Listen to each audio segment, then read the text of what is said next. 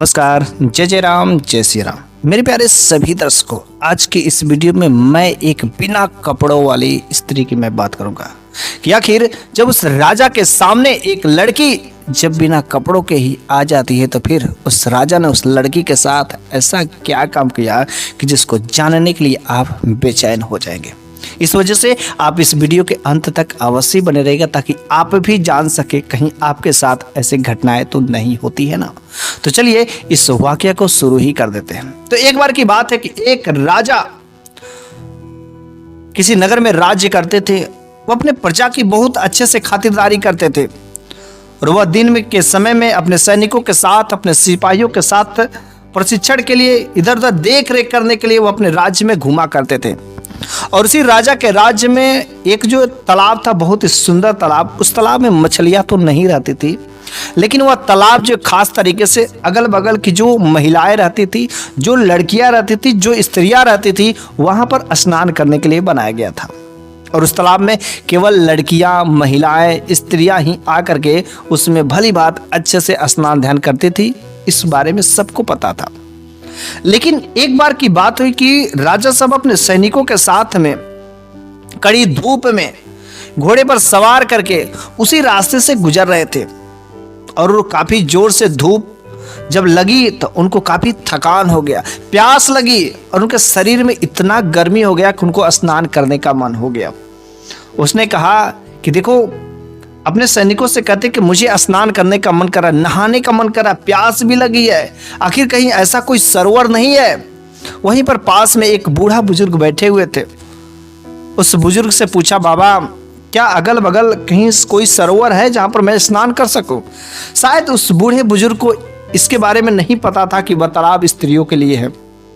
और वह कहता कि हाँ, पास में एक सरोवर, आप वहां पर चले जाइए। और वह राजा अपने सैनिकों के साथ, सिपाहियों के साथ उस सरोवर पर पहुंच जाते हैं। लेकिन जैसे ही जब वहां पर राजा उस सरोवर पर पहुंचते हैं, उस तालाब पर पहुंचते हैं, तो उस तालाब में काफी ढेर सारी लड़कियां जो स्नान कर रही थी। लेकिन जैसे वे सारी की सारी लड़कियां ने राजा साहब और उनके सैनिकों को देखा, वह तुरंत तालाब से निकल करके बाहर आ गई। लेकिन उन सारी की सारी लड़कियों में से एक ऐसी लड़की जो उस तालाब से बाहर नहीं निकलती है। उस राजा साहब ने कहा, अरे तुमको नहीं दिख रहा है कि मैं यहां पर आ गया हूं? सारी की सारी लड़कियां बाहर निकल गई और तुम हो कि बाहर नहीं निकलती हो। उसने कहा, राजा साहब मुझे क्षमा कर दीजिए, मैं इस समय बिना कपड़ों की हूं और मैं जो है एक घिनौना काम नहीं कर सकती कि मैं आप लोगों के सामने ये जो है निवस्त्र बिना कपड़ों के आ जाए। कृपया आप कुछ समय के लिए आंखों से ओझल होइए, मैं तुरंत बाहर निकल के चली आऊंगी। उस राजा साहब से जैसे इस लड़की ने इस बात की कि मैं बिना कपड़ों की हूं, राजा साहब का जो अंदर का हैवानियत था, जो शैतानी था, वह जाग उठा और बस उन्हें जिज्ञासा हो गई कि उस लड़की को बिना कपड़े के देखने का। और राजा ने इस सोचना भूल गया कि मैं क्या हूं, मेरे अगल बगल कौन है। बस उसे के अंदर का जो हैवानियत था वह जाग पड़ा और कहा कि देखो, तुम्हें नहीं पता कि मैं राजा हूं और मैं तुम्हें यह आज्ञा देता हूं, अनुमति देता हूं कि तुम जैसे हो, जिस स्थिति में हो, उसी स्थिति में तुम तालाब से बाहर निकलो। उस लड़की ने कहा कि नहीं राजा साहब, मैं ऐसा कार्य नहीं कर सकती हूं, आप कृपया कुछ समय के लिए बस आंखों से ओझल होइए। राजा ने जब उन लड़कियों को देखा और उन लड़कियों की तुलना में जब इस लड़की को देखा, अंदर से जो हैवानियत थी वो तो जाग ही चुकी थी, बस उस लड़की की खूबसूरती भी उनकी आंखों में चुभ गई। वो लड़की वाकई काफी खूबसूरत थी। जब राजा ने उस लड़की की खूबसूरती को देखा तब तो और ही मोहित हो गए।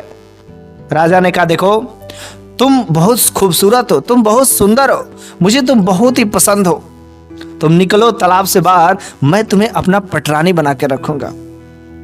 उस लड़की ने कहा, नहीं राजा साहब, कम से कम मैं एक गलत काम, यह पाप का काम तो बिल्कुल ही नहीं कर सकती, ये बिल्कुल ही गलत है। और राजा साहब जिद पर आ गए और कहते, शायद तुमको मेरी शक्ति के बारे में पता ही नहीं कि मैं अपने सैनिकों के द्वारा भी तुम्हें जबरदस्ती खींच करके तालाब के बाहर निकलवा सकता हूं, लेकिन मेरे जो बार बार कहने के बाद भी तुम जो बाहर नहीं निकलते, क्या तुम चाहती हो कि बस अपने सैनिकों को मैं भेजूं जबरदस्ती बाहर निकालने के लिए? उस लड़की ने मनी मन सोच लिया कि अब तो मुझे बाहर निकलना ही पड़ेगा, क्यों ना कुछ युक्ति चला जाए। उस लड़की के दिमाग में एक युक्ति आती है कि राजा साहब ने कहा है पटरानी बना के रखूंगा। उस लड़की ने कहा, राजा साहब अभी आपने मुझसे कहा है कि मैं तुमको पटरानी बना के रखूंगा, तुम बस तालाब से बाहर निकलो। लेकिन राजा साहब जब मैं आपकी पटरानी बन जाऊंगी और आप मुझे पटरानी बनाना चाहते तो क्या आप अपनी पटरानी को इन सैनिकों के सामने, इन सबके सामने बिना कपड़ों के दिखवाना चाहते हैं? क्या आपकी कोई इज्जत नहीं है? उसने कहा, हाँ ये तो बात सही कही। राजा उस लड़की की बातों में आ जाता है और बस वो कुछ समय के लिए आंखों से ओझल हो जाता है। लेकिन लड़की कहती है कि मैं अगले दिन आपके दरबार में आऊंगी और आप जो चाहिएगा वो बात करिएगा, वो कर लीजिएगा, मैं अगले दिन हाजिर होंगी।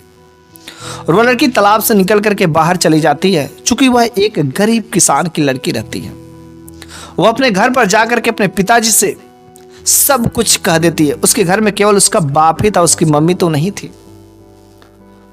वह सारा का सारा वाक्य अपने बाप से कह देती है। और अगले दिन सुबह होते ही राजा के दरबार में जाने को था, लेकिन वह लड़की नहीं जाती। उधर राजा और राजा के सैनिक इंतजार करती कि वो लड़की अब आएगी, अब आएगी, अब आएगी। 2 घंटे बीत गए, 3 घंटे बीत गए, लेकिन वह लड़की राज दरबार में हाजिर नहीं होती। राजा ने सैनिकों को भेजा कि जाओ बुला करके लाओ, देखते हैं कैसे नहीं आती है। वे सैनिक आते हैं और उसका घर ढूंढते ढूंढते पता चलता है कि वह एक किसान की बेटी है। तो उस किसान के घर पर जाते हैं और उसने कहा कि आपकी जो बेटी है राज दरबार में बुलावा है। चूंकि उस किसान को सब कुछ पता था, उस किसान ने कहा कि शायद आपको पता नहीं होगा, मेरी बेटी कल से जब स्नान करके आई तो उसे ठंड लगे, जिसकी वजह से उसका स्वास्थ्य खराब हो गया। आज रात को अगर ठीक हो जाएगी तो मैं कल सुबह होते ही मैं राज दरबार में खुद लेकर के अपनी बेटी को आऊंगा। बस आज के लिए आप मोहलत दे दीजिए, छुट्टी दे दीजिए। वह सैनिक ऐसा इस बातों को सुन करके वह राज दरबार में वापस चले जाते हैं और राजा से कहते हैं कि उसका तबीयत खराब है और कल उसका पिता खुद अपनी बेटी को लेकर के आपके दरबार में हाजिर होगा। और इस तरीके से वह राजा मान जाते हैं और अगली सुबह का इंतजार करने लगते हैं। अगली सुबह राज दरबार में सब लोग उस किसान को उस लड़की के साथ में इंतजार कर रहे थे कि वह अब आएगी, अब आएगी, अब आएगी। लेकिन वह किसान अपनी बेटी को लेकर के नहीं राज दरबार में जाता है। वो राजा को बहुत ही गुस्सा आता है, क्रोध में अपने 2-4 सिपाहियों के साथ में डायरेक्ट उसके घर पर आता है। लेकिन जब उसके घर पर आता है तो क्या देखता है? उसके घर पर तो ताला लगा हुआ है। अगल बगल से पूछता है कि आखिर ये दोनों लोग कहाँ गए? किसी ने उसके बारे में कुछ नहीं जवाब दिया। उन लोगों ने कहा रात को ही ये लोग पता नहीं कहां घर छोड़ करके चले गए, मुझे नहीं पता है। राजा बड़ा ही क्रोधित होता है, गुस्सा आता है, अपने आप के किए पर पछतावा आता कि कल ही मैं उसे उठवा लिया होता तो कितना बेहतर होता, लेकिन मैं मूर्ख था। वह अपने सैनिकों के साथ में अपने राज दरबार में जाता है और बस अनाउंसमेंट करवा देता कि कैसे भी हो इधर उधर हर जगह ढूंढ मारो, अगर वह लड़की कहीं पर भी दिखे उसे टांग करके जबरन मेरे पास लेकर के आओ। ऐसा वह राजा ने अपने दरबार में घोषणा करवा देता। अगल बगल अब तो उसे लोग ढूंढने ही लगते हैं। उस लड़की की तस्वीर लेकर के हर जगह इधर उधर उस लड़की के पिता को हर जगह लोग ढूंढते हैं, लेकिन कहीं पर वह लड़की और उसके पिता मिलते नहीं है। वो राजा कहता है कि क्या आप लोग एक लड़की को नहीं ढूंढ पा रहे? आखिर वो लड़की गई तो गई कहीं? ये धरती ने खा लिया या आसमान ने निकल लिया? आखिर गई तो गई कहां? नहीं पता है। रोज सुबह से लेकर के शाम तक उनके सैनिक निकल जाते थे उसका पता ढूंढने के लिए, लेकिन कहीं कोई पता ही नहीं मिलता। कुछ दिन बीत जाते हैं। थोड़ा सा मामला जब ठंडा हो जाता है तो एक बार वह राजा सपने में सोया हुआ था और वह ख्वाब देखता है। सपने क्या देखता है? वह देखता है कि एक पास जंगल के किनारे एक जो मंदिर है और उस मंदिर के बगल में एक छोटी सी झोपड़ी है और उस झोपड़ी में एक बूढ़ा बुजुर्ग जो अपनी एक बीमार बेटी को लेकर के वह भगवान की पूजा कर रहा है, भगवान से प्रार्थना कर रहा है, भगवान से कुछ विनती कर रहा है। लेकिन वह राजा अपने स्वप्न में ही उस लड़की की सूरत देखने की कोशिश करता है, लेकिन जैसे ही उसकी सूरत देखने की भी वाला रहता है तब तक वह उसका ख्वाब, उसका सपना टूट जाता है और वह अचानक उठ करके बैठ जाता है। शायद उस राजा को पता चल गया कि यह वही लड़की है जिसकी मैं तलाश कर रहा हूं। हो सके अपना वेश बदल करके दोनों बाप और बेटी इधर उधर घूम रहे, भटक रहे। वो राजा फौरन सुबह होते ही उस जंगल के किनारे उस मंदिर के पास में पहुंच जाता है और वास्तव में जो वह ख्वाबों में देखा रहता, जो वह सपने में देखा रहता, वह हकीकत होता है कि पास में एक झोपड़ी रहती है और उस झोपड़ी के अंदर जो है अपने सैनिकों को बाहर रोक देता और कहता है कि तुम लोग यहीं पर रुको, मैं अंदर जाकर के देखता हूं। और जब वो अंदर जाता है तो देखता है कि एक बूढ़ा बुजुर्ग जो अपनी एक बेटी को लेकर के पड़ा है, उसकी बेटी बीमार है, दुख में है, दर्द में है, और वहीं पर उसका बाप जो बूढ़ा है वह भगवान से विनती कर रहा है, प्रार्थना कर रहा है कि हे भगवान, आखिर तुमने मुझे दिया ही एक बेटी तो क्यों दिया? जो इस राज्य का राजा है, जो प्रजा के हित के लिए हमेशा सोचना चाहिए, वह जो मेरी बेटी की इज्जत लूटने पर लग गया है। हे भगवान, क्यों ना कुछ ऐसा करता। अरे मैंने तेरी भक्ति की है, क्या गरीब की भक्ति को तू नहीं मानेगा? कि मेरी बेटी को एक जो है इंसान चाहिए, इज्जत बचाने वाला चाहिए, इज्जत लूटने वाला नहीं चाहिए। पूरा भगवान से गिड़गिड़ाता है, रोता है, हे भगवान कुछ तो करो, मेरी बेटी का न्याय करो। हम लोग इधर उधर कब तक डरते भगते फिरेंगे? मेरी बेटी का स्वास्थ्य भी ठीक हो गया, एक ने तो गुनाह कर ही दिया था, लेकिन क्या आप जो मेरी बेटी का रक्षा नहीं करेंगे? ये सारा का सारा जो है बात वह राजा चुपके से उस झोपड़ी में सुन रहे थे। जब वो सुनते हैं कि इसका बाप रो रहा है, उसको राजा को दया आ जाती है, शायद उसकी बेटी पर जो बीमार स्थिति में पड़ी होती है। वो राजा साहब उस बूढ़े बुजुर्ग के सामने जाते हैं और कहते हैं कि बाबा मुझे माफ कर दीजिए, मेरे वजह से आप अपनी इस बेटी को लेकर के दर दर भटक भटक रहे, जिसकी वजह से समय से खाना पीना नहीं मिलता और आपकी बेटी का स्वास्थ्य ऐसा हो गया। वाकई में आपकी बेटी खूबसूरत है, लेकिन आज मैं आपसे वादा करता हूं कि आपकी बेटी का इज्जत लूटने वाला नहीं बनूंगा, बल्कि आपकी बेटी का इज्जत बचाने वाला लूंगा। आज मैं आपसे वादा करता हूं, आपकी बेटी से सही सलामत खुशी से इसी मंदिर में मैं आपकी बेटी से विवाह करूंगा। उस बूढ़े बुजुर्ग ने कहा कि हाँ ठीक है, विवाह कर लेना, लेकिन अगर तुमको वास्तव में मेरी बेटी पसंद है तो बाद में कहीं कुछ ऐसा नोक झोंक न आ जाए। इस वजह से इसकी थोड़ी खामियां भी है, थोड़ी कुछ कमियां भी है। अगर उन कमियों को जानने के बाद भी अगर तुम मेरी बेटी को स्वीकार करोगे तो मैं तुम्हें खुशी खुशी अपनी बेटी का हाथ दे दूंगा, लेकिन हाँ मेरी बेटी की पूरी जिम्मेदारी सही से रखना। उसने कहा किसी प्रकार की कोई दिक्कत हो मैं सब कुछ अब माफ कर दूंगा। उसने कहा शायद आप राजा है और नहीं पता होगा, मेरी बेटी, सब लोग कहते कि मेरी बेटी है, लेकिन ये मेरी बेटी नहीं है। इसके शरीर पर देखिए कुछ जले हुए दाग है। उसने कहा एक ऐसा जला हुआ दाग है। उस बूढ़े बुजुर्ग ने कहा कि मेरा तो कोई इस दुनिया में था नहीं, लेकिन एक बार मैं रास्ते से वापस कहीं से लौट रहा था, तब तक मैंने देखा कि एक लड़की की इज्जत दो चार लोग जो लूट रहे थे, उसे जबरदस्ती कुछ छीना हाथी कर रहे थे।